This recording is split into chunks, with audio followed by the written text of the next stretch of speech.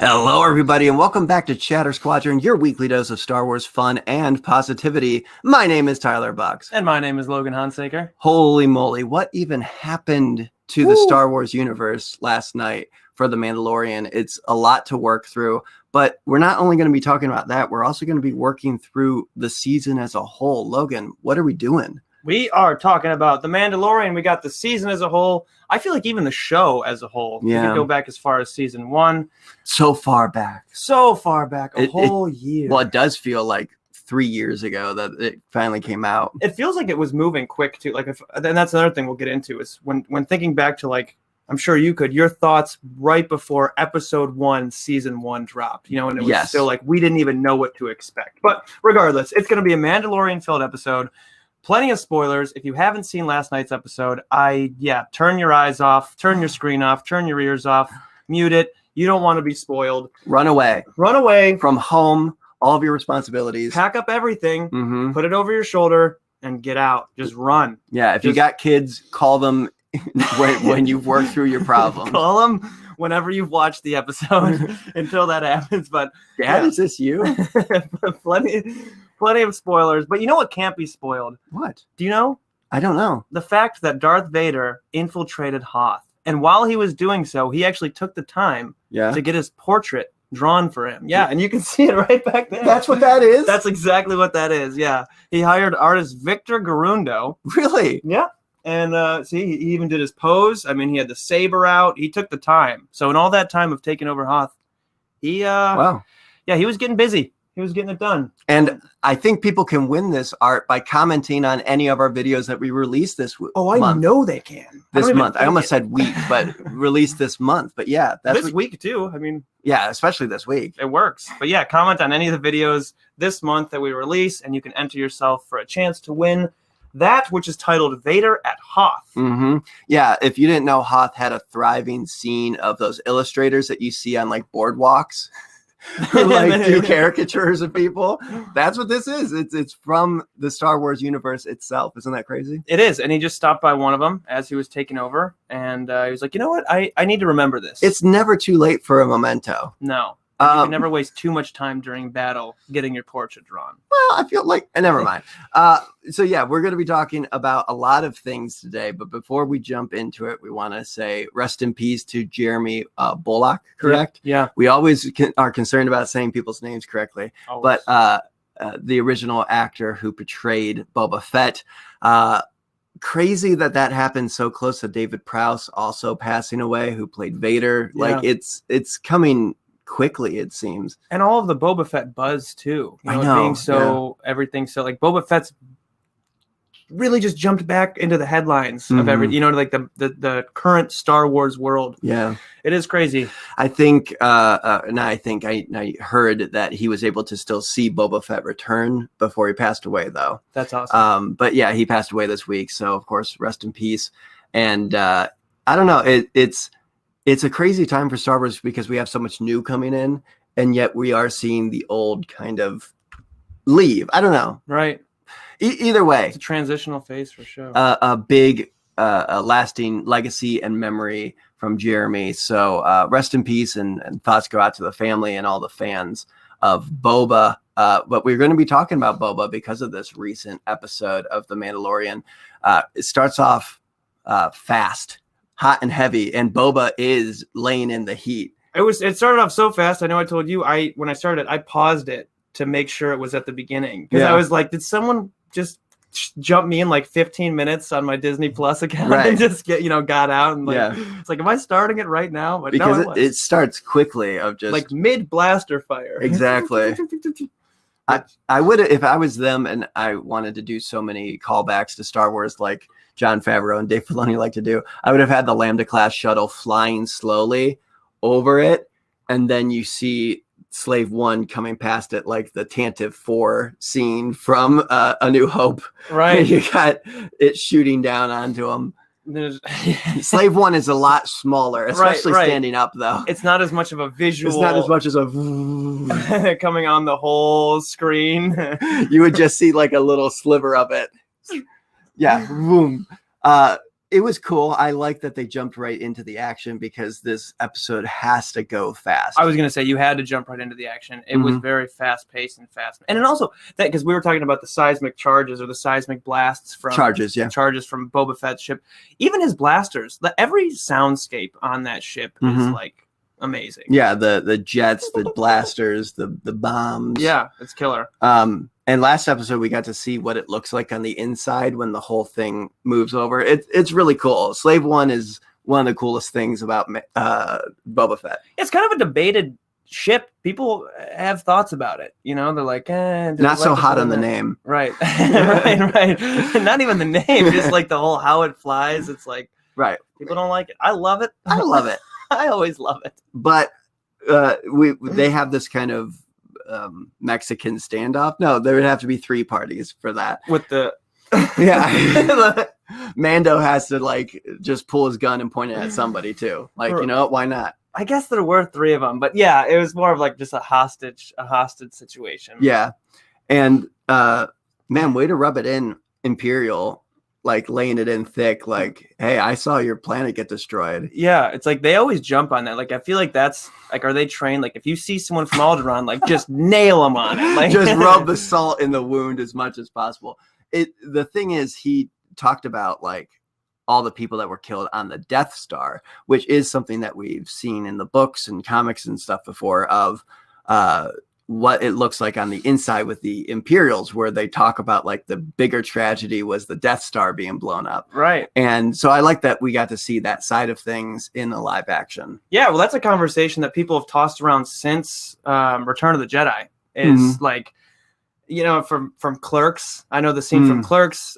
Kevin Smith is a huge Star Wars fan, a huge nerd comic book fan overall. And they had that scene where they're talking about like, you know, in A New Hope, it made sense. It's fully operational. Everyone on there knows what's up. But like when Return of the Jedi, like it's still being built. Like there's people that are working on there, like, you know, independent contractors. There's roofers, you know, there's roofers, people, you know, or like, you know, people actually work, like people doing plumbing. You know what I mean? Like you have to work on it. And so mid job, they all just get blown up. Like sucks to suck. I'm sorry to say. Well, no, that was also in the scene because the guy walks over and he's like, I'm actually I'm a roofer, and you got to know the jobs you're taking. You know what I mean? Like, you know, it doesn't matter if the money's there. Like, you have to know your client. Well, I mean, we talked about that with the miners in the last episode who were like cheering for them when they came back with the whatever that was, and then Bill Burr just blows up the entire base. You know, well, sucks to suck once again. Yeah, there was no one innocent in that base. No way. I'm sure everyone was just pure evil. Exactly. Know your affiliations. But speaking of last episode, I talked about how I kind of wanted Bill Burr to shoot what was the admiral or whatever his name? I believe Valen Hess. I'm not a good shoot him right in the face, right? Yeah. We got it in this episode. We got to see a person get shot right in the face. Well, you even said, you're like, I wish he could have got shot in the face, and they didn't even necessarily have to show it. No. And they showed it on this one. You know what I mean? Pretty much, the camera was right there, just bam. Laser coming in right to the face. I like to think the blaster, like she just throws the blaster in his face. That was like the double tap, like shoot and throw. Shoot and throw, just in case. You never know. I did like that the touch of the professor, or you know, the doctor. His ear was burned. Oh yeah, that was a cool little touch. But they go to the Lambda class shuttle to get the doctor who's working on Grogu. Why was he out? Who knows? Yeah. Why did he separate himself from Moff Gideon? I don't know. So, well, I'll tell you. So they could know exactly the layout of the ship. Exactly. You know? I like that the Dr. Pershing, correct? Mm-hmm. He just doesn't like the Empire at all. The minute he could give them info on what to do, he was just like, yeah, just go here and go there. Like, he didn't even give him false info. Like, they did not take any convincing. He gave him everything right where everything's at. And Cara Dune's one note of being like, you know, I hate all Imperials, and that's kind of my character. Right. I like Bo being like, hey, just let him talk. Right, like we could work with him. Well, as soon as he moves to go to the map, everyone, you saw like the whole room shift. Like, yeah, he's a dangerous guy. Look at him. Right. So he's cowering. But before we even got to that, we had Mando and them going to get Bo-Katan and Casca, correct? Mm-hmm. And I wonder where their dreamy Boy Toy was. Was Axe Woves, I think his name is. I don't know what he's doing. Right. He got the axe. He's off on a side mission, or he just didn't make it. Yeah. Like, oh well. Right. But so they go there, and dude, I love this scene. This might be my favorite scene of the second season of The Mandalorian. Little tip is when they go and basically, like that, like have a scuffle with each other, Mando infighting. Right. And for people that I believe I've talked about before, but I'll reiterate that Sasha Banks, who plays Casca, one of the other female Mandos, is my favorite female wrestler. And Boba is my least favorite Star Wars character.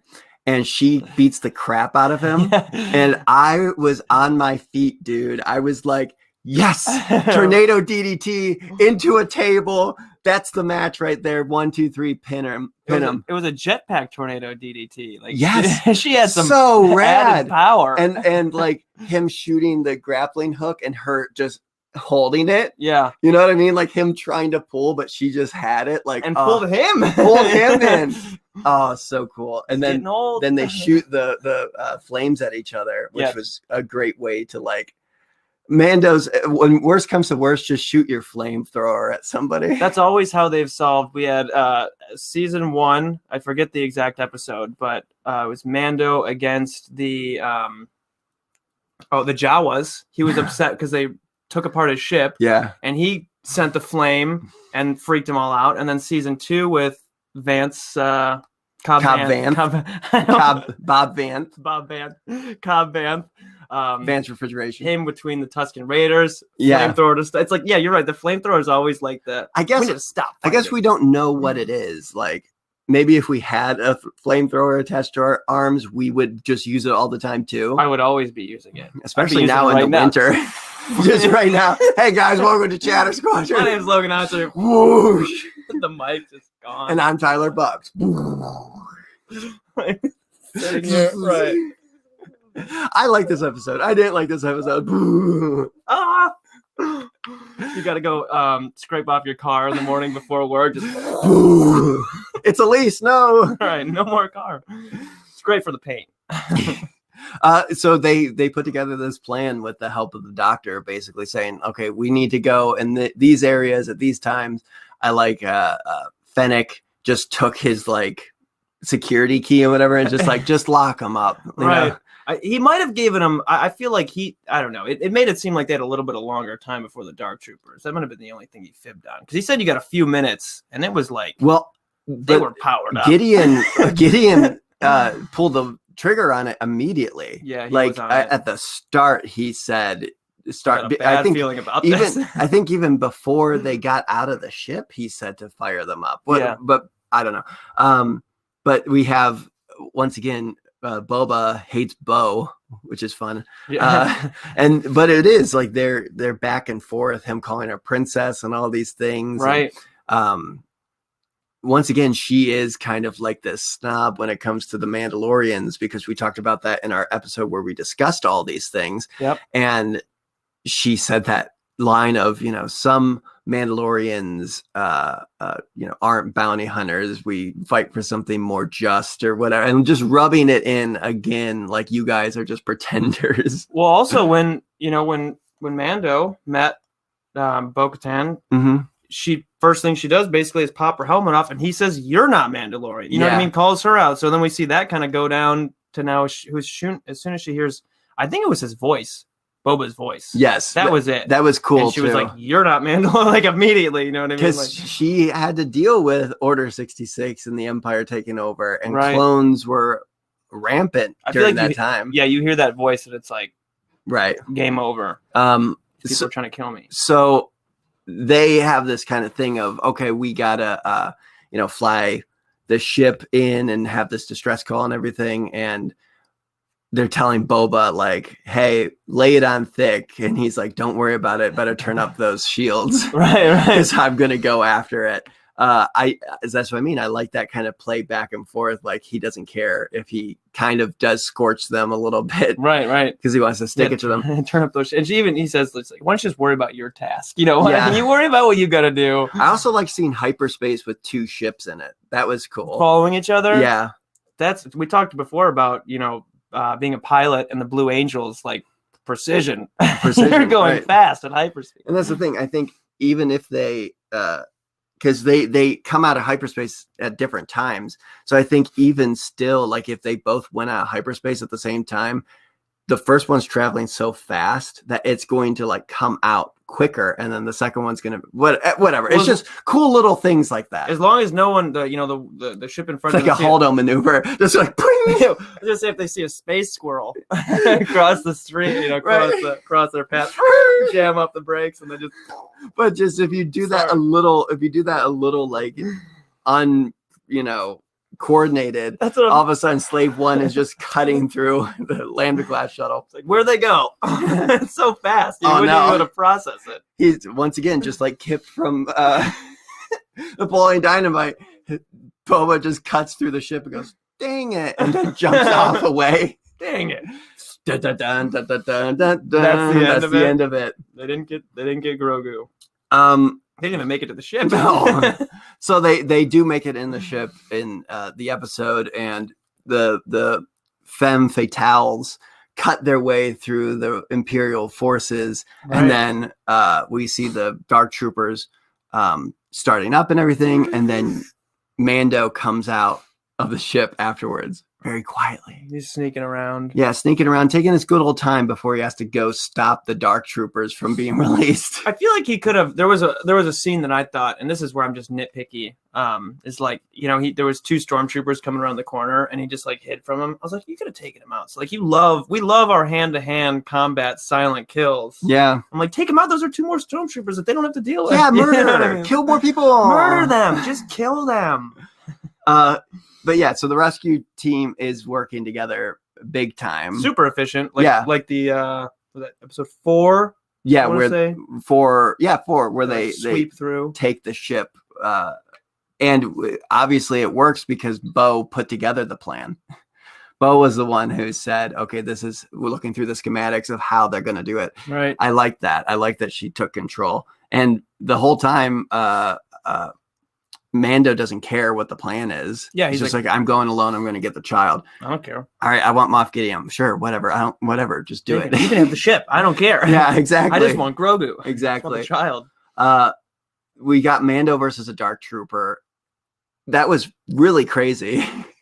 Just one Dark Trooper. Those things are like indestructible. Yeah, it's like Iron Man. And that's what we said before. They brought Iron Man into the Star Wars universe. And finally, like punching his head into the wall. I love that because I was watching. I was like, does that? It's Beskar. Yeah. So it can't really bend or you know what I mean. But I guess the things what's behind it is not Beskar, so that's going to be stronger and just kind of push his head into the wall. That was sweet. And the shot of the Dark Trooper covered in fire was really cool. Yeah, I enjoyed that as a visual. But Mando shoots the spear through its head, and then finally goes to find Grogu and brutally murders 2 stormtroopers. There's your 2 stormtroopers. They were the same ones. Maybe they were on their way to go protect. And Mando was like, "All right, later." He's like, "I got you guys." Later, yeah. Enjoy those last few seconds, guys. Take as much air as you can. Yeah, this spear's going for my neck. I'm gonna choke you out with a spear. It was brutal, but it was cool. It was, I don't know. It was sweet. And we see Mando versus Gideon now. Darksaber versus Beskar spear. But before that, we got to see more Gideon intimidating a baby with a saber again. He loves intimidating his infants. Yeah. It's like, do you know what this is, little baby? You want to touch this? You want to? You can't. It's sharp. Yeah, it's sharp or something. I don't know. It's light. I don't know. It's just it's cool, right? He talks so much about how cool it looks. Right. He really loves it. He's like the equivalent of like jingling keys in front of a baby, but just like to get their attention. Blade, or like a weapon, right over its head. Gotta get a picture of Grogu. All right, let me put the axe over his head. Wait, hold up. Why? Whoa. No, he loves it. He loves this thing. He always tries to reach for it. Yeah, and I give it to him sometimes. But we got to see this fight between the 2 of them, and Mando beats Gideon. Yeah, which I would say was expected. Yeah, should be like if he lost to him, I'd be like, yeah, no way. And I think Gideon expected to be beaten. I think that was the plan, right? Which because that's the thing, when he first comes in, he's like, hey, okay, you want the kid, you want the child, have him, and kind of does this little. And I think every single person watching was like, there's no way, there's no way, and there wasn't a way, but. This is the way. Yeah, that was the way. And it did seem like that was his plan. He probably knew he was going to get beaten. Yeah. Was really banking on the fact that he wasn't going to kill him. And that was a big risk, Well, I think he was surprised that he didn't get killed, right? He's like, oh, you're going to spare me? This will be interesting. Like, right. I think he was like, all right, the end. I got to stick it to Bo-Katan one more time, though. Right. Now he's like, wait, I get to watch my plan unfold? Yeah, he was like, this is interesting. Ooh. And Mando shows up with him on the bridge, holding the Darksaber, being like, all right, I got him. I got the baby. Let's go. And she's just like, oh, Lord. She even says, like, what happened? You know what I mean? Like, 'cause I think everyone, he comes through, got Moff Gideon, detained, and everyone's like, yeah, woo. Well, yeah, Cardoon not reading the room. Yeah. She's like, he did it. He did it. Now you guys owe us double. Like, high five. High five. And they're like, uh-oh. And Moff Gideon gets to rub it in. It's just an Imperial thing to get to rub salt in the wounds of people. Right. Like, nope, you're not the Mandalore. She's just a pretender. Yeah.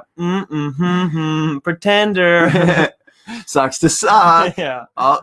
Which I guess of that, I mean, if you're already lost and you're basically in cuffs, like, rub it in. Rub it in. I say rub it in. I mean, I think that's a part of the Imperial training. You have to learn good ways to rub it in. Until you bite your electric cyanide capsule. Exactly. But then we get this scene where all of a sudden the Dark Troopers, they don't have to breathe, so they just use their rocket feet and come right back into the ship. Right. That was the thing when I was watching it. I'm like, foreshadowing when they showed the like force field bottom of the ship. That you could go through it. Exactly. Yeah. And I was like, that's foreshadowing something. I don't know what it is. Come right up. Yeah, they came right back in. Whoops-a-daisy. Yeah. It almost feels like maybe you should have just locked them in that room. Like if there were blast doors to put on top of that too, maybe it would have bought you more time than just shooting them off and then just flying right back in. You basically release them. Yeah, release them. Like, I don't want to come through this door. Send them out that door. Mm-hmm. I mean, yeah, you're right. If there was something that could have, because I know that they were punching through the glass and that was like the big imminent danger. But if you could have sealed that off, that would have been key. Yeah. And then taken, like, man, if you just seal off all the doors, just seal off all the doors, because it's just like, all right, we just got to get out of here. Yeah. And they'll still be finding their way through the first blast doors. They find out that they can control doors. Like, wait, we can seal these things? Yeah. Like, either way, the Dark Troopers are back and they start making their way to the bridge, and then they do seal the blast doors there. And I was wondering if there was going to be a fight between Bo-Katan and Mando at that point, because I didn't know like what the big climax is going to be. Right. And I was like, okay, maybe while these Dark Troopers, while they're fighting them off, Bo-Katan and Mando are fighting and all these things, and you're just waiting.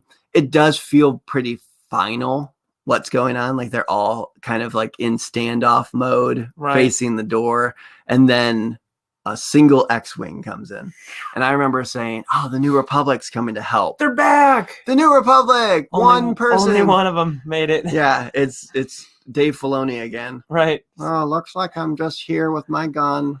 Could you imagine if that's just one fighter came in and he expected to take out all of those Dark Troopers himself? If he could fly the X-Wing through the ship and shoot them all, then maybe. I was expecting, obviously before we knew it was happening, I was like, okay, if that is them, like, yeah, they better just stay in their ship and try to just blast as much as they can, because there's no way. Right. There's no way. But the thing is, once it was just one X-Wing and they mentioned, oh, just one, great, we're saved. I went, oh, wait a second, who is in this one X-Wing? Right. And I started to get a little ready. I'm like, okay. Sitting forward a little bit. Right. Okay. Are they going to pull the trigger on this like, Luke thing? And Luke guy? Here's the thing. I've been covering Star Wars and running pages and everything for years now, and basically everything's been spoiled for me. Rise of Skywalker was spoiled for me. A lot of the Mando episodes were spoiled for me. Even in the first season, like a bunch of stuff has just been spoiled, right? Right. But this was one of the first times where I was able to avoid it altogether and actually experience it for the first time. Right. And once you see that green lightsaber, I was into it. I'm a green lightsaber fan through and through because of that lightsaber and because of that character. Yeah. It was, and that was the thing. Even up until I saw it, I was watching it with family, and it was a big debate. I saw the green lightsaber. Yeah, when I saw it was sure it was Luke, and grabbed my mom. Don't say it. Gasped.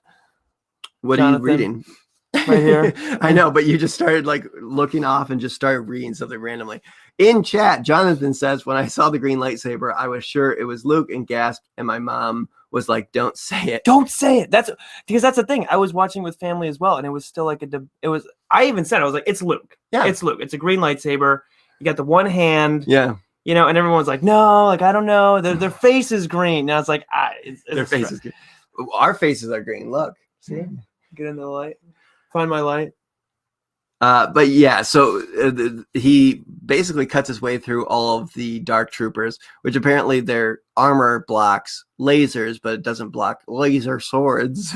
Laser swords. But he just rips through them, and Grogu's like looking at the screen like most of Star Wars fans were, just like touching it, like looking at like, oh. Face pressed against it. Right. And yeah, so, you're sitting there watching this kind of geeking out a bit, and you're going like, how are they going to do this? What is it going to be? Right. Thinking it might be Sebastian Stan or whatever you want to call him from Winter Soldier. And, you don't know what it's going to be. You don't know what's going to happen for it. Is he just going to have his hood on the whole time? Right. They're never going to show it. Right. Which that would be pretty trusting of Mando to be like, here, just oh, you don't show your face? Cool. With this hooded person. Faceless person. Right.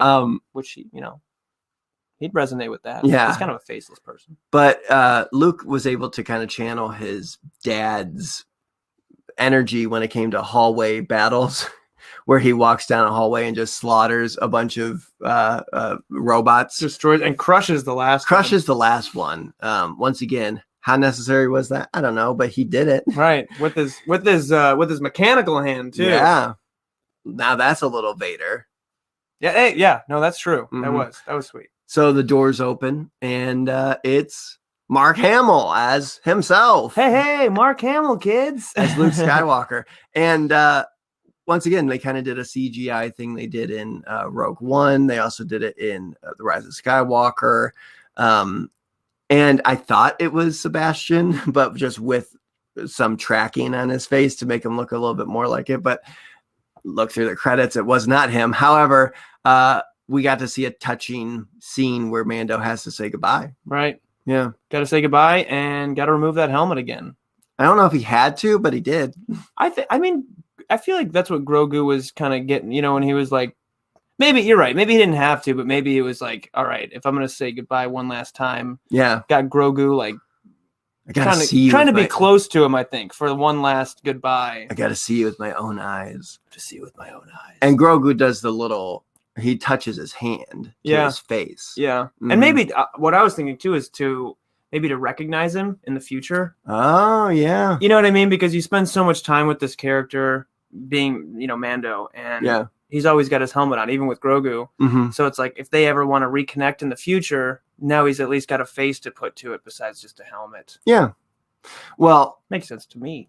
And I think it just moves forward with his character of like leaving the past behind in both his Mando like predilections, if that's a word, but also leaving behind Grogu. So it's kind of this fresh start for him now that he is the Mandalore. Right. Because now, we're seeing him leave. We see R2 and Grogu have an exchange together and all this. Right. And we see Luke leave, and what a shot that is of over the shoulder Grogu looking back, and Luke is carrying him. Like what a shot, especially in the elevator. but we're seeing Mando as a changed person completely, that he doesn't have a helmet on, and he's the leader of Mandalore now. He's got the Darksaber, all of this stuff. He's feeling emotion. He's got emotion. Yeah. What the heck? Crying. And then you get a shot of R2, Grogu, and Luku. As this iconic shot so far. Like, we got a similar thing with Ahsoka, but now we're getting a similar thing with Luke. Yep. A lot of people just like to hold this kid. Yeah, he's a cutie. Everyone wants to hold him, and they want to. Is he? I didn't know. No one's ever mentioned that he's cute. No one's ever mentioned how adorable Grogu is. Can we still call him Baby Yoda? Is that totally? Don't ever say it again. I mean, I'm a purist. I'm a Grogu purist. I've been a Grogu fan from the start. First time, long time listener, first time caller, Grogu. Right. So I'm just gonna call him Grogu. Right. Yeah, because Baby Yoda is not correct. It's so not right. I don't know. I mean, at least just don't call him the child, because that's even more uppity. The child. It's the child. Oh, it's actually the child. Oh, I'm actually not talking to you anymore about this show. I would never be that bad, but at least the first season, I was I wasn't a Baby Yoda. I don't even know what I called him, because I wasn't into the child. Just called him. I just called him. Made up a name. Oh, don't bring that back to me. But I think it's a symbolism, a lot of symbolism here with him just not having his helmet on, him leaving Grogu behind, and similarly with everything behind Mando, especially with Bo and whatever her name is, Sasha Banks' name. I think it's Casca Reeves. Casca.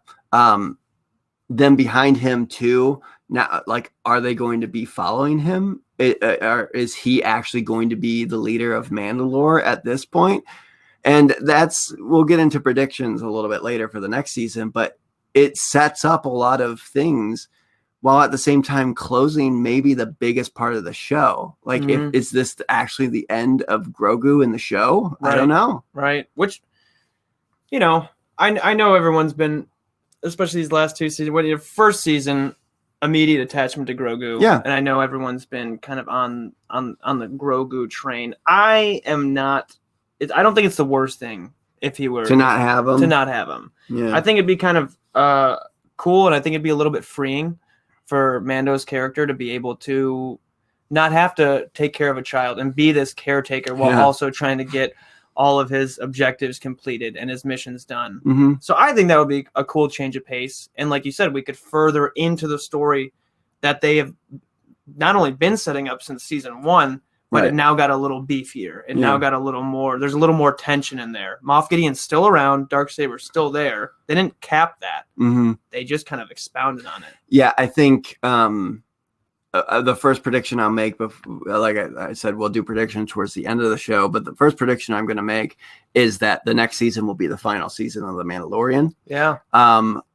If not, the fourth season will be like Civil War was for the Marvel, right? Where, yes, it was a Captain America movie, but it was basically like a prologue to an Avengers film, which is everybody in it. So that might be the final season of The Mandalorian, is all these shows that they're talking about is all going to be convening in The Mandalorian, or it's going to be convening in its own thing, and there won't be a fourth season. It'll be this big 3-part event, whatever it is. All of them coming together. Right. Because we know they're convening. We know that. We just don't know announced where, and when, and how. Who, what, when, where, how. We don't know all the details. Yeah. We just know that they are. Believe it or not, we don't know all the details. Yeah. I know that's tough to believe. We don't know everything. Yeah. I know. I mean, what can I say? We exude the thought that we know everything. It's true. I like the Dark Troopers. They reminded me a lot of Rock'em Sock'em Robots this episode. They punch through the glass, and you got to do the uppercut. Mando's head. Yeah, that's the final one. Mando did the uppercut. He shot the spear, and it's knocked its head up. With the little bell. That's what it was. And then even with the blast shield, or the blast shields. Yeah. Do you remember Sock'em Boppers? Is that the inflatable those things? inflatable things where you put on your fist and you punched each other? Beat the crap out of people. And then our brothers were much bigger and older than us, so they beat the crap out of us. Yeah, it's really fun toys. It was a great time. Okay, thoughts on the latest season of The Mandalorian? Because now we're looking back at it, and we get to view it as a whole. What's interesting is we started this live show, and we started this like new part of the podcast. Right at the beginning of The Mandalorian, the first episode, we covered the first episode of this season. And now we're looking back and being like, what happened? Like, that feels like so long ago. So I have just bullet points here that will bring us back into the mindset that we might have forgotten were even a thing, because it does feel like months ago. Yeah. And it was, and that's, I know like months ago being like 6 months ago, like earlier in the year. It feels so much longer ago than weeks at this point, basically. It's because all the anticipation, waiting every week. What's going to happen? Right. But I know that's one thing we talked about when we would discuss the early Mandalorian episodes, especially this season, was like, blah, blah, blah. An episode would happen. What do you think about it? I liked it. And now I want to see where it's going to go. Yeah. I want to see where it's going to build. I want to see the climax. Where is this all headed, basically? Is it going to end with the spider people? The giant spider people? Yeah, right. I don't know if they're people. I think they're just spiders. We don't know. We'll never know. Grogu ate them all, so we'll never know. That's where Luke is taking him to go eat all the spiders. Yeah. He's like, not going to train them. No, he's like, this guy I got a real spider problem back home. Yeah. And I heard that. He's like a spider trash compactor, that little one. So looking back at the season and how it started, Cobb Vanth Refrigeration. We talked about him a lot. We thought he was going to come back. I was hoping. I mean, we might see him again with how it's going. He might have his own show at this point. Right, the Cobb Disney Plus. And it's not so much of like what we saw in The Mandalorian. It's just him going through the Vanth refrigeration business. Yeah, exactly. It's a tough industry, refrigeration, especially on Tatooine. And then that was capped off with Boba Fett. We had that thought of like, oh, what's he going to do? Right. Is he coming back? Yes. Yes. 100%. Oh my gosh, Boba Fett. Is he back? Yep. It appears so. That's the thing. We give ourselves softball questions that we can answer really easily. Just to make ourselves look smart. So the question is The Mandalorian going to have another season? Yes. That's the prediction. My prediction. Hey, listen, don't. Well, I did that when we did the predictions like mid-season. I think my prediction was he's going to get his ship fixed. Just start it real vague. Just softball, like you're just starting out in all this. You know what I mean? Don't put yourself too much out there. You can't be wrong if you keep it vague. Then we had the frog lady, and the frog lady with that brought the egg eating. Which was a thing. Remember the egg eating being a thing? Yeah. I don't know if anyone's going to talk about the egg eating ever again. Well, I don't know if they should. No. We discussed it a bit, and we both poked fun at it like we do. We poke fun at everything, always, and especially you. Look at the sweater. Yeah, loser. Right. I secretly hate you. Anyway, you were saying. Yeah, just give me a minute. It's all right. It's my favorite sweater. No, it's not. No, it's not. It's not. Just in case anybody... this whole thing. Whatever. Yeah, we poked fun at it, but in between that episode and the following weeks, I didn't realize it's such a hot topic. Yeah, people really came at the egg eating. Like, we thought it was funny and a bit weird. We thought it was funny to poke at, like, don't eat the egg. Yeah, and that's like where it ended with me and with the show and with you. Yeah, but I saw people, like, a lot of people were like, cancel Grogu. Cancel The Mandalorian. I was like, that's crazy. Whoa, hey. And now we had a whole bit where we were coming hard at it. I felt like, we got to reel it back. Whoa. Like, I don't want anyone canceled. We didn't actually care that much. No. Everybody, we're not part of the fandom menace. Everyone wanting Mando's armor was a thing that we brought up because in like the following episode, when he gets to the water planet, like, people are literally going to kill a baby and him just to get his armor. Yeah, we got the best guy. Yes, finally, child murderer. it's like, is it that rare? You know what I mean? As soon as you see it, you're like, not only should we kill him, like, let's kill that baby that he's got, and then we'll get the armor. I guess so. But that's the thing. Would it be somebody showing up wearing a diamond suit of armor? Like, I don't know. Like, is it literally worth killing a baby over? I don't. Yeah, and another person. Low morals amongst the galaxy. Apparently, we had the scene where all the Mandos take the ship, which we referenced earlier, but that was rad as heck. That seemed for me to be the turn, not the turning point, but like where it started. The season started to pick up, getting into it, because now just gonna keep doing it. Now we have Bo, we have her like subsect of Mandalorians. We have them pushing their story forward, which we said even back then, like we're going to see them again, and it's going to be because of Moff Gideon. Yep. And then in that same episode, we get to see the tease of you got to go find Ahsoka. So now, like you said, like it's picking up. Okay, it's progressing the story forward. Yep. We talked about before that the earlier ones felt like filler episodes, and I still stand by that. Like, I don't know if I'll go back and watch the spider episode, like, that seems to be the biggest filler. I'll go back and watch the episode with them taking on the ship and seeing the Mandos for the first time. Like, I'll watch that one again, Yeah. So it was kind of an interesting way to get the season started was the way that they did it. It was, and that's another thing. It actually just hit me right now. The frog lady, I expected a little bit to come back. I knew it wasn't going to be a big storyline because, like, how could you know what I mean, try to weave that back in? But yeah, now thinking about it as a whole, with the season being done and completed, that one was I think, and I know you agree, the biggest filler episode with transporting and the spiders. And unfortunately, cool, like it's not even this isn't the worst episode or anything like that at all. I'm talking about actually something completely different that I even forgot to put down in the notes. When he goes back to that planet with Cara Dune and Greef Karga, and they take on the whole facility. Yeah. A lot happened, a lot of cool action stuff happened in that episode, but man, it's kind of forgettable. Yeah. Where we sit now, are we going to go back and watch that episode just to see the macarons again, or I don't know. Like, what was they just needed to. They wanted to rid the Empire of that spot. Right. Okay. So, you might go back and watch the last 5 minutes of it with the speeder chase and the TIE fighters and all that. Cool scenes in it. Right. But as a whole, is it going to be, is it like a pinnacle episode that you're going to go rewatch? Right. It felt good to get back there, and like a lot of stuff. Like, there was good, but I don't know, like, the Mandos taking the ship and everything, that was so much bigger. Yeah. Okay. I think now I'm thinking back to it. Not the only big thing, but one of the big things is when they got with the clones, those little in the tubes and everything. That was super creepy. The pots, the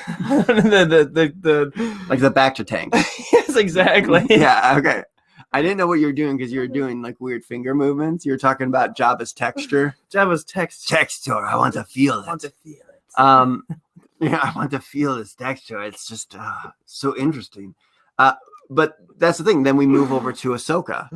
And that was a major point where you really started to feel like it's progressing along. We got Grogu's name. We got a lot of action with Ahsoka. It's the spear, but we also got like, oh, they're going to do an Ahsoka series now for sure. Right. Yeah. With all the hype, and everyone lost it.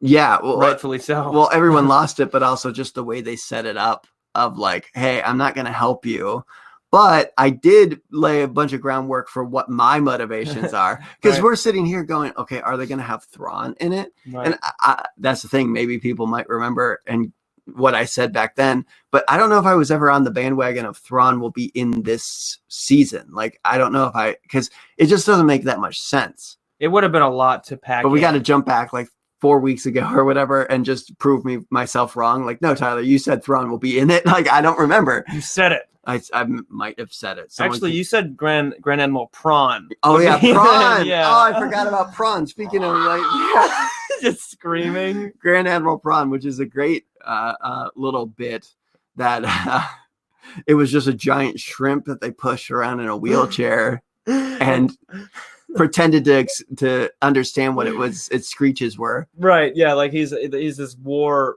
general. Right. You know, like this genius, and he's just screaming, and they're just misting him with water. Grand Admiral Prawn, what are we supposed to do? And they're like, flank them. Amazing. Why did we think of that? And it works. They just keep promoting him. Exactly. Just this tortured animal. Like, missed him, quick. Put more salt on him. That always gets him to say. Oh, that was a big one. That was a big what? Fire ion cannons. That's great. That'll cut through the shields. Right. All right, now put him in the freezer. He loves it in there, apparently. Yeah. Put his hat on him. He's got a little hat. Yeah. Jam it out. Okay, too much of a tangent there about Grand Admiral Prawn. But yeah, we got to learn Grogu's name. And everybody loved it. Yeah, it was so well received. Everyone loves Grogu's name. And I said, I know this for a fact. I said it then.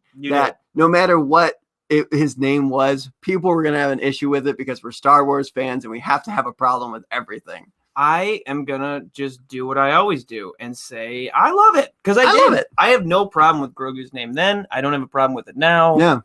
It's like... Yeah, what else would you want? Yeah, what would you name him? Right. Okay.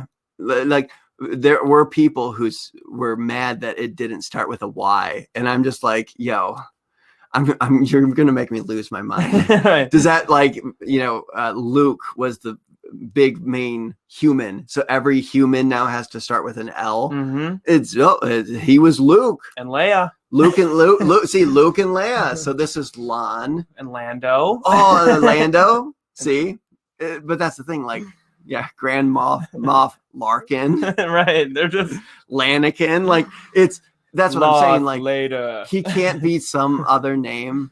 What would you name him? Yogu? That's awful. I would hate Yogu. Right. I actually would hate if it was with a Y. And a lot of people said that. They said that they're glad it wasn't a Y. They're glad they broke that. Good. You can't make everyone then be happy a little bit. Yeah. It's his name. His name is Grogu. I'm sorry. And once again, with the egg eating thing, in a year, are we going to talk to someone and then still say, yeah, but they named him Grogu? Right. That's just like they're probably the same people are like, I still call him the child. Yeah, he's still the child. He's still the child. And it's like, oh, great, cool. And then hang up the phone, like whoever I'm talking to. Via phone. They have your number. Trevor in chat says Louis. Is that for Chewie? But Chewie's not a human. They're all going to it. But that's the thing. Lartu Litu. Lee 3PO. But we go to the holiday special, which as a teaser, our next episode is going to be a holiday special because we're going to be talking about the original holiday special and the Lego holiday special next week. And what a treat. But if you think about Chewbacca's family, like they thought of okay, well, Chewie is Chewie, so let's think of other like adjectives, I guess. Is that it? Like, okay, lumpy. Awesome. Itchy. Perfect. Mala. Just like, write it down. Okay, let's just move on. Mala. Like, I feel like someone only thought of lumpy and itchy, forgot that there was another character, and before they shot. Or they had they had Mala first, and then they were just like, lumpy and chewy, itchy. Right, got it. Nailed it. Perfect. That's all the Wookiees are. They're just male Wookiees are just names of things with a Y. Right. I'm Stumpy. I'm Stumpy, lumpy, chewy, itchy. Right. This is my cousin, Grumpy. It's just the dwarves. There's the dwarves. It's just like okay, so adjectives. And so we had the Seeing Stone, and you brought up something interesting about the Seeing Stone and how it kind of relates to Jedi Fallen Order. Yeah, I was so quick to make fun of the giant beam of light shooting into the sky that I completely glossed over the fact that the actual like inscription would that be the right, like that was glowing, like the words in some sort of language that I have no idea. Someone probably does. You probably do. Someone way smarter than me was actually from it was kind of a parallel from Jedi Fallen Order, where you would meditate. Cal goes to the meditation spots, and you see that ring kind of glow up as he's. And he kind of goes into the world between worlds in a way. Like, you know what I mean? Like when he's in the meditation sphere, he goes into like space and there's these like white lines and stuff. Yeah. Yeah. I'm wondering, well, okay, Ahsoka is going to dive into that. That's another prediction I'm making for the Ahsoka series, because just her logo, the logo for her show is white, and it's got that white outline that looks like the world between worlds.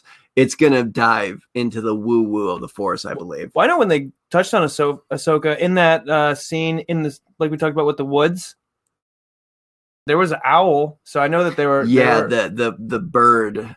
If chat can remind me what the name of the bird is that follows Ahsoka. But that is like this manifestation of the light side, and so I feel like that's where that direction is going to go. But that's a fun little Easter egg about the scene stone. Trevor says Convory was the name. Yeah, it's a Convor E. Convory. Oh, it's a Wookiee. Convory. Yeah, right. And Convory as itself. Yeah, just giving no credit. Mando not picking up his jetpack. I just want to remind us of that because of how much we railed on that scene. Like, it deserved it. Yeah, I stand by that. I know it's just that thing of work smarter, not harder, Mando. It's do I take 10 seconds to find my jetpack and put it on, or do I spend 2 minutes running up a hill? Okay, and another thing. Yeah, great point.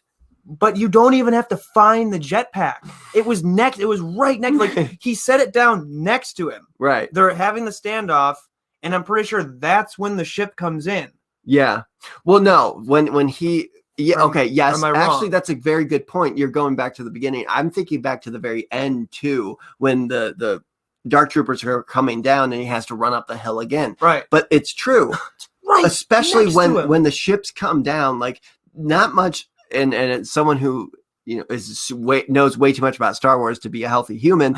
Those ships don't scream like Empire to me. Like, those could just be some transports or something. It's not such an immediate threat that I have to run up there right now. But you're correct. He left it right next to him in the standoff.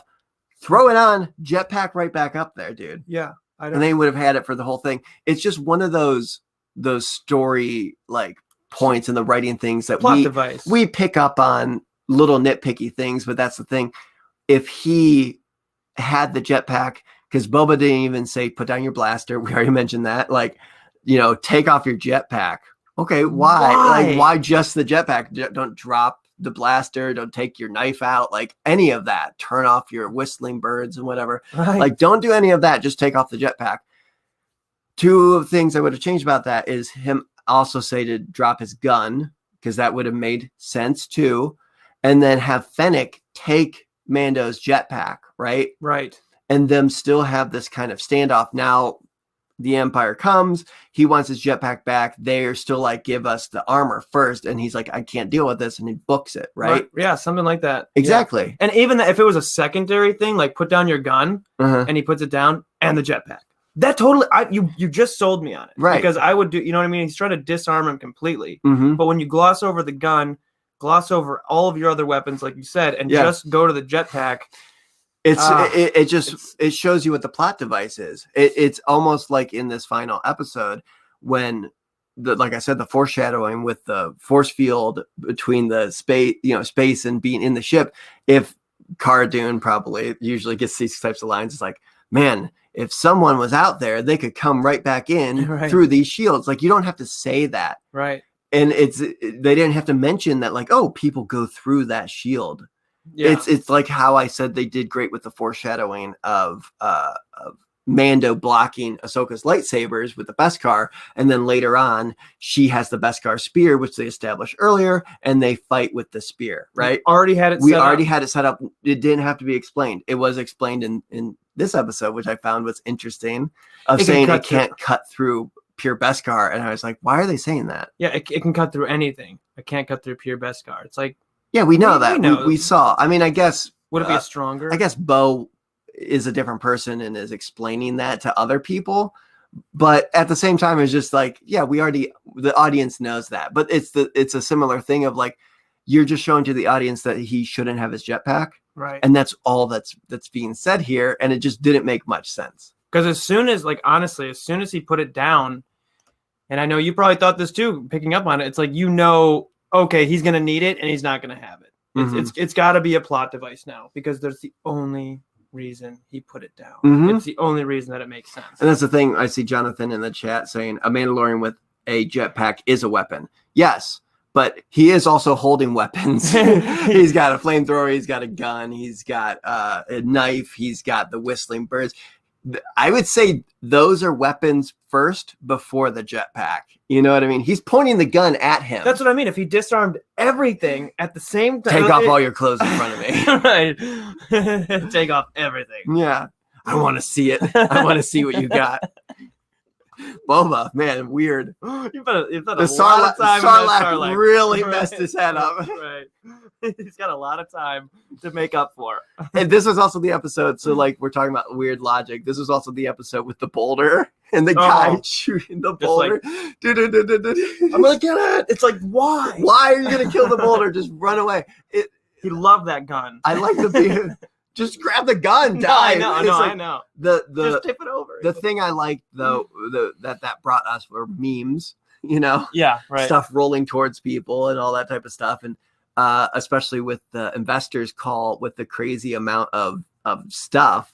It's like, I think I saw one with Kathleen Kennedy as Fennec pushing this boulder down and just like the boulder is covered in all of the logos and everything. And then just the guy was like Star Wars fans, just like, it's too much. Right.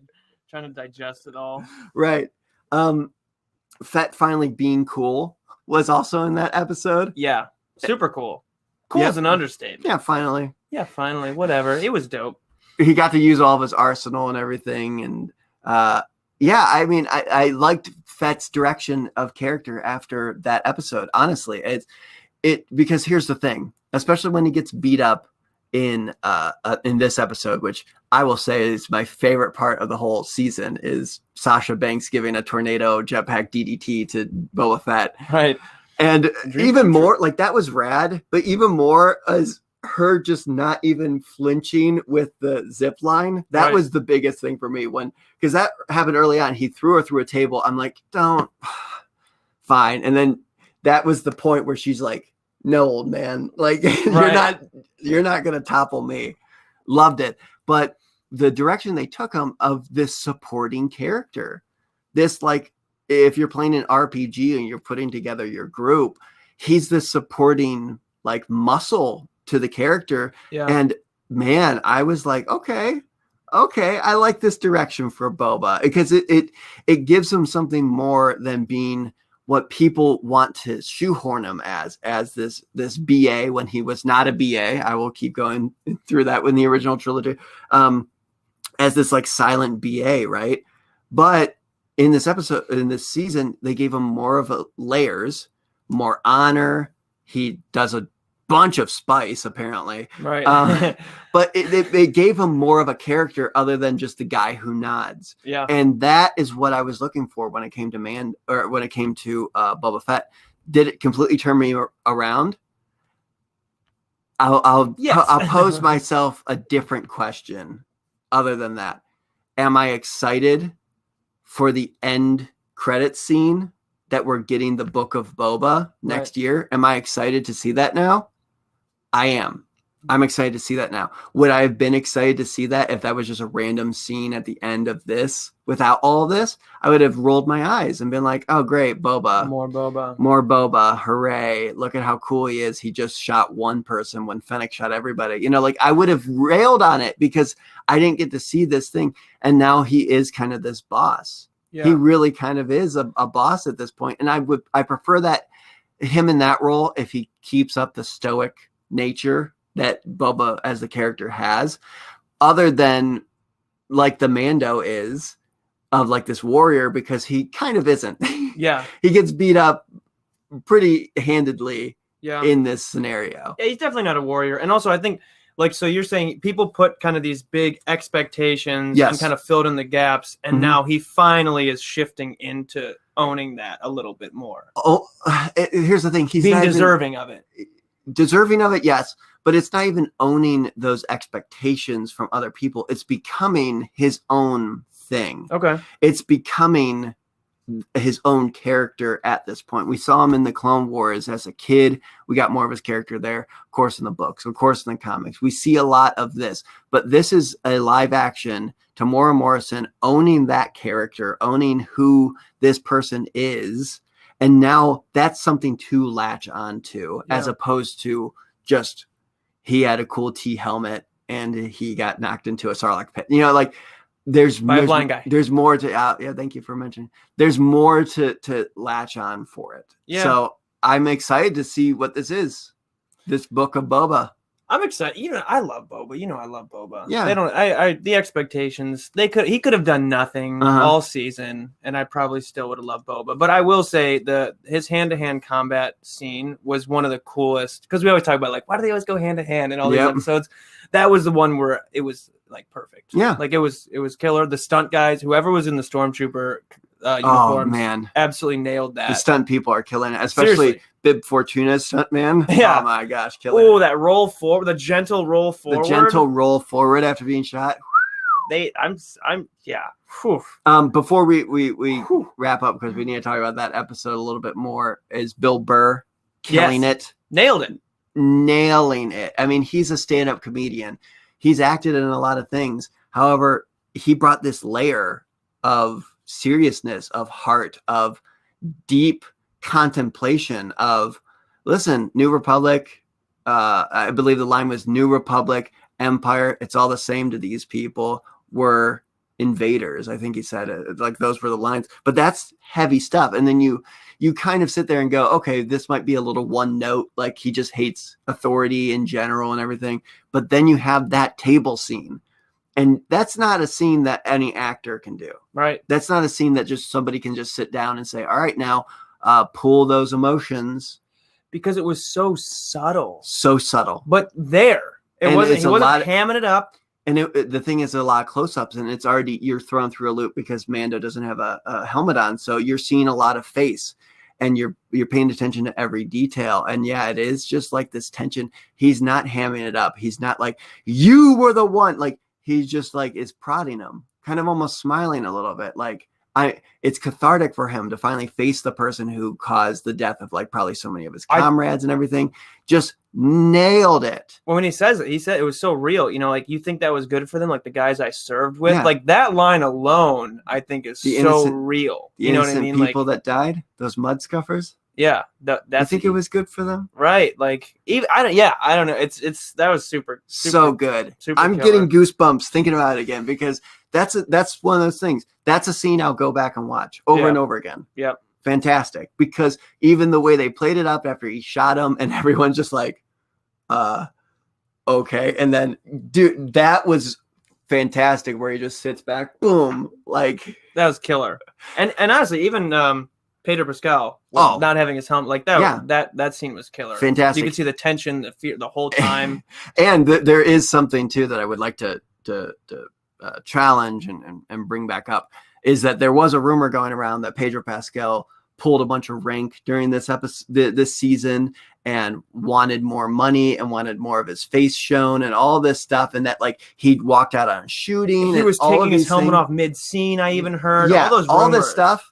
I'm going to say BS on all that, because if he was causing all these issues, and because people were saying, oh, he's just going to be under the helmet because it's going to be a stunt people instead and all this stuff. The final several episodes, it was Pedro Pascal, and he was taking his helmet off. And then like the last scene of the season is just him without his helmet on, so I'm going to call BS on all that. I'm going to call BS on that because he's a professional actor. Yeah. He knew the role he was signing up for. Yeah. I'm sure they were very upfront with what it was going to be. Mm-hmm. It was going to be mostly in the helmet. I mean, that's the thing. Even there's so many, I won't get into it, but there's so many roles that are doing that now, where people are just playing the voice of things. Yes. And then you have people in the suit, and everyone's okay with that. Mm-hmm. It's not like every single actor out there. It's like the stereotype. They all need their face. It did seem like a lot of. And he's the kind of person too, like you remember Community, the TV show? Yeah. They did for charity a table read, and they had the whole cast. And Pedro Pascal, his favorite show is Community, and he did a character like this lawyer or something he did that for free. He Right. did a whole table read for charity, just for community, for free. Yeah. To do, to help out the stream, because he's just that kind of guy. So it's like, I don't believe it. That sounds very clickbaity And headliney, yeah. But then we have the seismic charges. That's clickbait. Seismic charges returned. Wow. Yeah. They return. And that kind of leads us into the episode that we saw today, or yesterday, whatever you want to say. Right. Both days. We watched it both.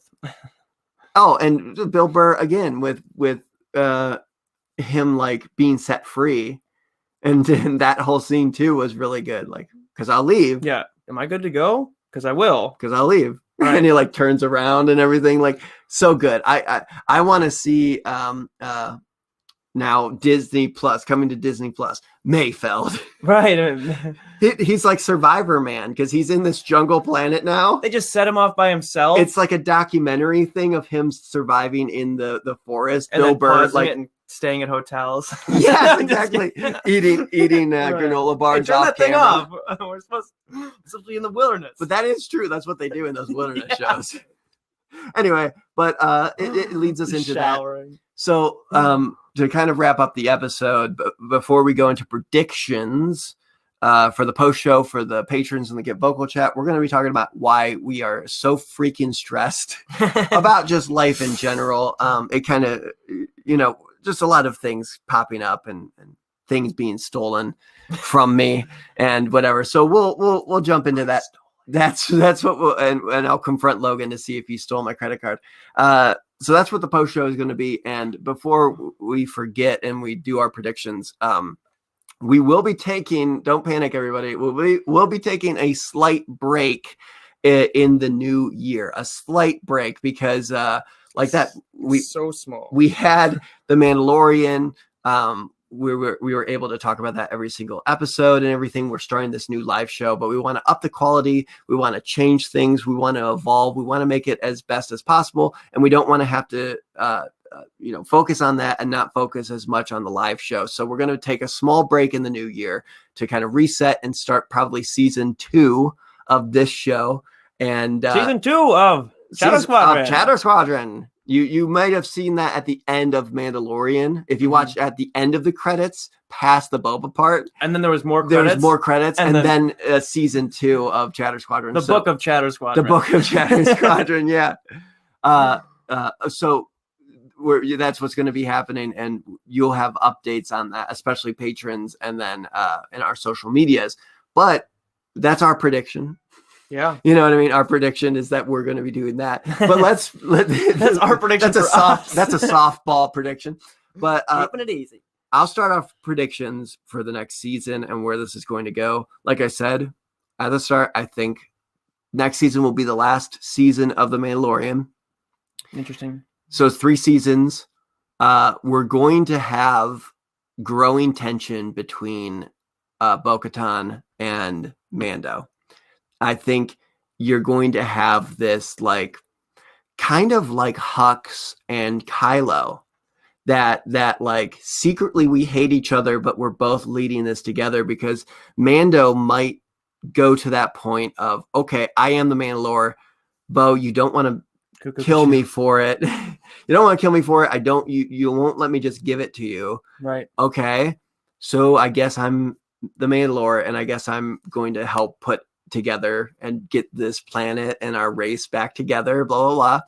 And Bo is just there getting more and more frustrated with him, and he's getting more and more frustrated with her. And then it goes into a fever pitch towards the end. I think that's going to be a plot line that goes throughout. I'd say that's pretty accurate. I would go along the lines of that. He is going to remain the Mandalore. I don't think it's going to be season 3, episode 1. They squash this beef. I think he's going to remain, because we've already seen, especially in the Clone Wars, we've seen Bo-Katan not being too thrilled with the current Mandalore and how they're handling things. We've seen that. We know that that's something that's important to her, is strong leadership. Yeah. And obviously she believes at this point she is the strongest leader to take it. And the last time this happened, she created an entire schism in the Mandalorian culture. Right. against family. Yeah. Like, well, against family, and then when Maul took over, against like her comrades, like they started shooting each other. Right. And Din Djarin is not anywhere near her family. So I don't think she would hold back. But I agree with you where I don't think it's not going to be right away. And I think that's great tension to build throughout the season where they are working together. You know, everyone's got those coworkers that you just got to work with. Yeah, and it's true. I think it's going to be one of those situations. So here's what I will say. I hope we see Cobb Vanth again. Yes, I do too. I think we will get something like this. I think we will have the third season of The Mandalorian. I don't know when they're going to start filming. They might have already started filming. Jon Favreau, when they started filming, he posted a picture of it and said, we're filming right now. So when they do start, we will probably know. So I don't know exactly when it's going to happen. Is it going to be next year? I don't know. We got a lot of pandemic stuff going on, so I don't know how quickly they were able to jump back into production. Yeah. And then we do have the Boba thing though as a show that's coming, and then Kenobi and Cassian Andor and all these things, and then we got Ahsoka and Rangers of the New Republic and all these things that are happening. I'm a little concerned that that stuff is going to be pushed back, and this big finale they're talking about is going to be closer to like 2022 or 2023. Right. So I think season 3 of The Mandalorian might come a little later than we're expecting, and it will be that fever pitch that will send things off into whatever. And then either season 4 is like the Civil War treatment, where all these shows with Mando and Boba and Ahsoka and Rangers of the New Republic and all these things convene in to this big season of Mandalorian, or that's the end of The Mandalorian, and then there's this special series where all that happens to the end. Because you're getting to the point too, if they're talking about this big convening thing where you have these other shows, and what are you going to do? Say, okay, well, all these other storylines are just going to stop in their shows. Right. But The Mandalorian is going to stay the same.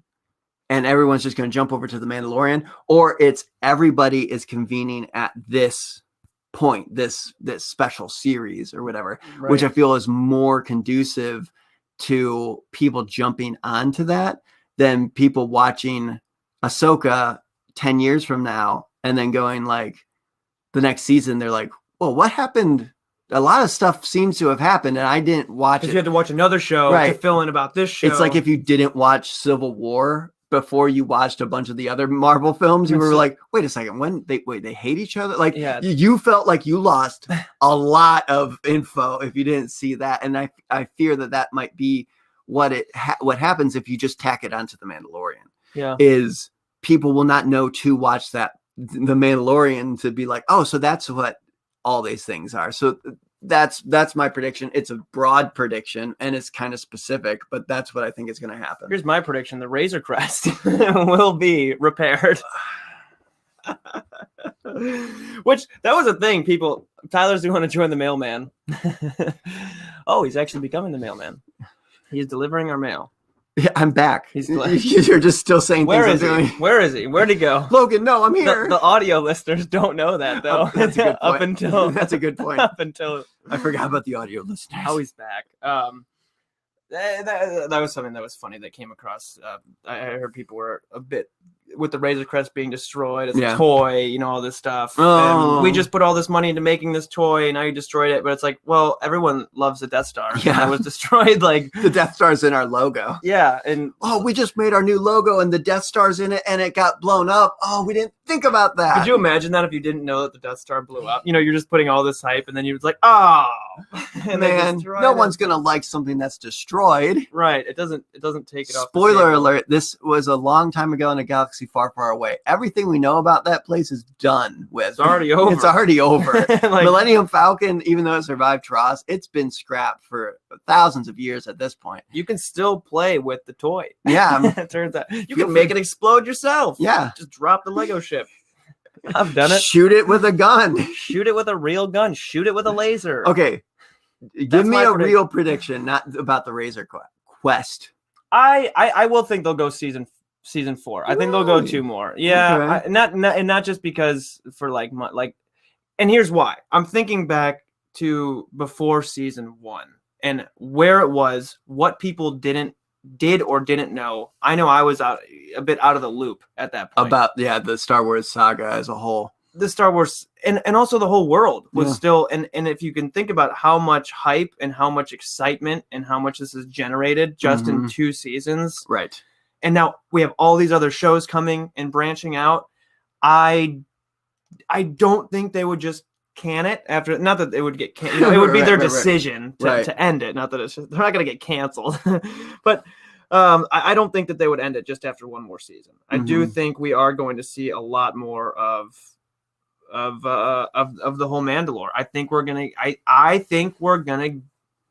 if they're already talking about bringing Ahsoka and Rangers of the New Republic, I think we're gonna see Thrawn.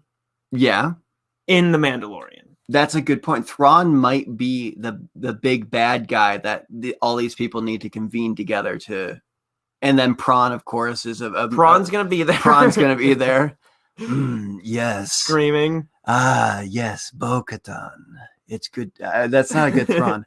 Bo-Katan. It's good to see you again. I'll be Prawn. This is my secret weapon, Grand Admiral Prawn. Missed him. Quick, missed him. He's getting angry again.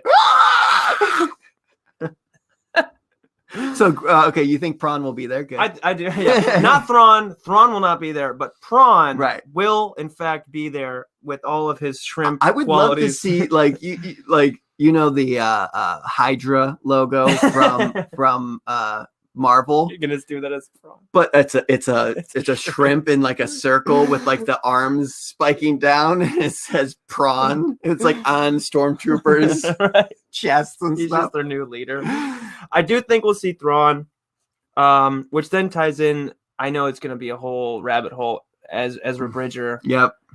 I from where we've started, I gotta just keep doing it. From where we started with the Mandalorian and how they've been going of, like we've said, adding in these not so much Easter eggs, but rewarding fans for knowing a lot of the lesser known storylines and the lore and all this stuff. The lore, great, yes, thank you. Sometimes I don't even think of words, and that's it. The lore is the end of the first season of Chatter Squad, and everybody handshake, and it's over. I think we'll see more of that storylines, and I don't think Ahsoka's storyline will just stay with the Ahsoka show. I think a lot of that will transfer over into, if not season 3, season 4. I think it will. I think here's a more concise way of what I'm trying to say. I think all of these. I think the Mandalorian is going to still remain the home base for where things converge. I would be surprised if this show got all this hype off the ground and all this excitement, and then they decided to start they'll pepper it in, but they're not going to put the bulk of it in these newer shows. I think they'll always bring it back. Yeah. Well, I think those are 2 pretty good predictions. They could both happen one way or another, especially Prawn. A lot of fans are clamoring for Prawn, and he clamoring too with those little pincers. Someone draw up Prawn. Oh, please, somebody draw Prawn. Even if you're bad at drawing, please just draw it and send it to us on any of our socials. A shrimp in a wheelchair. A shrimp in a wheelchair, or just the Prawn logo that we talked about. A giant shrimp, with a hat. It just dressed in the And when we say a wheelchair, not like a futuristic wheelchair that like glides, like an actual wheelchair with like a squeaky wheel. Metal, like those little metal thin wheels. He's like Professor X in a way. And that's where the symbol is, on the side of the wheels. That's the wheels are the prawn. Wow, there we go. All right, before we end off the show, just remember that we are doing a post show talking about stress that you can get if you're a patron or you're on the Get Vocal chat. And patrons, we want to thank you guys, Commodore Marroquin, and Commodore Rayside. If you become a Commodore as our patrons, it helps us out greatly, but also you get a shout out at the end of every single podcast. We appreciate you. And we also appreciate Acme Archives Direct. You can win this by commenting on our videos. Please go onto our videos on Facebook, YouTube, even Instagram. comment, tag people in them. That will be the best way to enter you in and enter other people in if they comment as well. I know Kevin Toft, who won last week. I almost said year. Last month. Wow. And I messed it up already. Don't worry. He just got his print from Acme Archives Direct Yep. A couple days ago, and he was thanking us for it and was super excited to frame it up. So if you want to have that same excitement, comment on our videos, get Vader's caricature from when he stormed Hoth. When he was storming the boardwalk of Hoth. Yeah, the boardwalk of Hoth. He just got off the Ferris wheel. He didn't even leave him a tip, I heard. Oh my gosh. He can't fit elephant ear into his breathalyzer. But also, if you don't win this, or if the holidays are coming up, feel free to just head over to Acme Archives Direct and check out all of their Lucasfilm licensed art. And something we don't even mention that often, they're licensed by a lot of other places, like I believe even 20th Century Fox. So they have and there goes the certificate. And it's gone. But they have art from Alien. They have art from Indiana Jones. They have art from, you're going to go get that? Oh, my groans. There's his groans. But yeah, go check out Acme Archives Direct and comment on all of our videos. We just said the same thing like 8 times. That means we got to end off this episode. So thank you, everybody, for listening, for watching, and just stay in touch and be ready for next week's holiday special. Holiday special. All right. We'll see you guys. Have a good one.